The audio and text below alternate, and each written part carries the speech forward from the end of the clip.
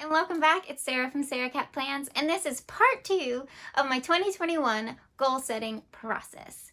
Part 1 will be linked below in the description box, and I went through my compass assessment and my intentions page in my MakseLife planner.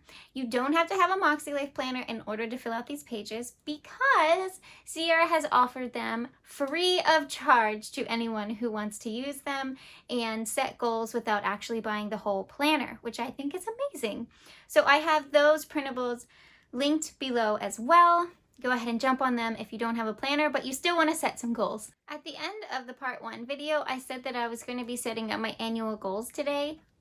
Plot twist. I am not setting up annual goals today. I am actually walking you through my reflections for 2020. Now, this wasn't something that I was planning on doing. Confession, it wasn't something I thought to do. Thankfully, I have a good friend in Carla from Sea Plans, and she posted about doing a reflection for the end of the year. And when I saw that, I went, oh my goodness, that is so smart. Why did I not put 2 and 2 together? I don't know, but I was so happy that she did it and then gave me the idea to also do it as well. Or I should say the inspiration to do it. And what Carla did, you can go ahead and check it out on her Instagram. She went ahead and highlighted events that happened throughout the year that she wanted to remember.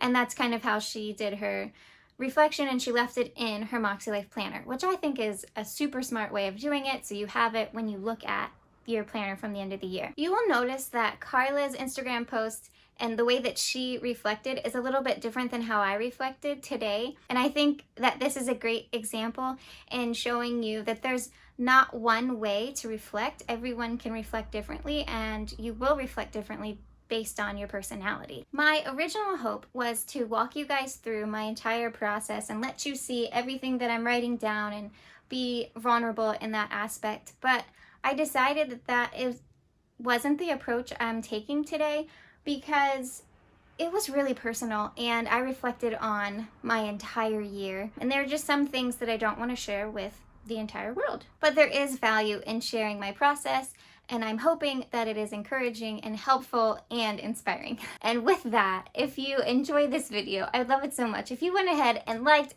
and subscribed to my channel if you're not already. I needed a few things in front of me to feel prepared and ready to set up my reflections. I needed my planners from 2020. I needed all of my pens because they just bring me comfort. My mild liners that correspond with the life compass, and scrap pieces of paper or notebook, and then scrap paper.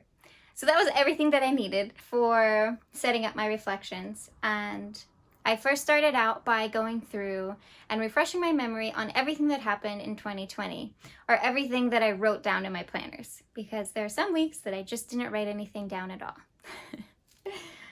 And so I started flipping through my planners to jog my memory and to bring back events. One of the cool things that I noticed when I was flipping through my Erin Condren planner versus my MakseLife planner that I switched to this summer is that the things that I started writing in my planner were more heart related and not necessarily event related. So that was really helpful for me in reflecting, because I could go back, remember where I was in that place, and the feelings that were brought up and the stuff that I was trying to work through. I could see it in my planner, and that made me super excited because it's all in one place. Events, heart, work, everything all together. And that was just a fun insight that I had and wanted to share with you guys. As I was sifting through my planner and I was going through each of the months and looking at the different events and different heart stuff that came up, then I went ahead and I wrote it out on some paper. So I first organized it by the months, and then I went through afterwards and I highlighted the different areas of life that it corresponded with the life compass, with MakseLife.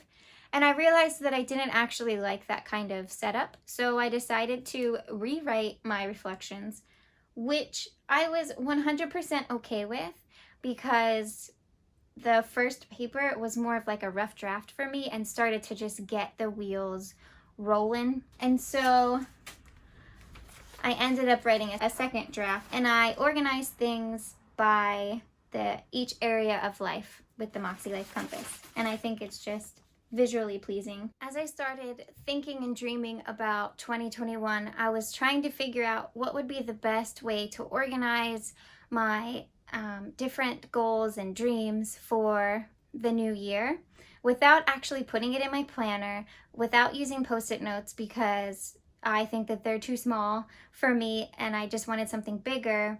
But I also felt like I was too confined to my note paper that I used for the year in review. So I decided to go the extra route of making little cards for myself for each area of life. Once I made these cards, I remembered that Sierra had a download that I could print off and use, and basically it's these cards except for a little bit more targeted.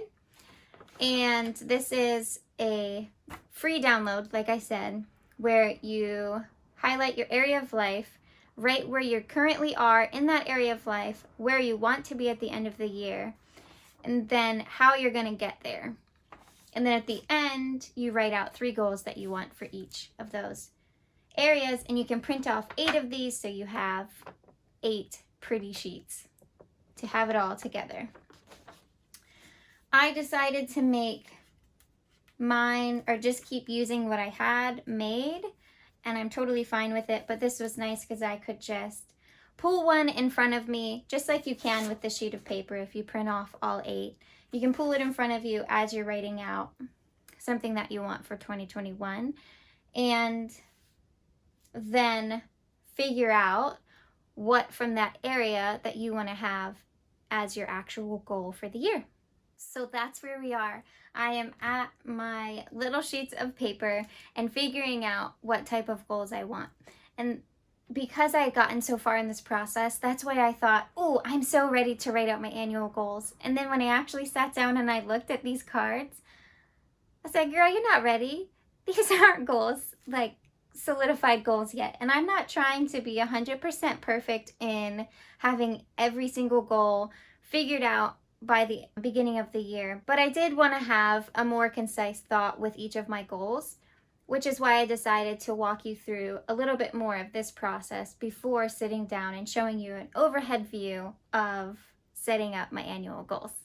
I also don't think it can be said enough that if you are setting up all of the things in your planner on top of setting goals, then you can take things slow. You have all the permission to do that. You don't need to rush through things, because setting goals is a marathon, not a sprint. You want to end as strong as you start in January. And with that, I just wanted to say, I'm cheering for you, I'm rooting for you, and I can't wait to see what 2021 holds for you. I'll see you guys in the next one. Bye!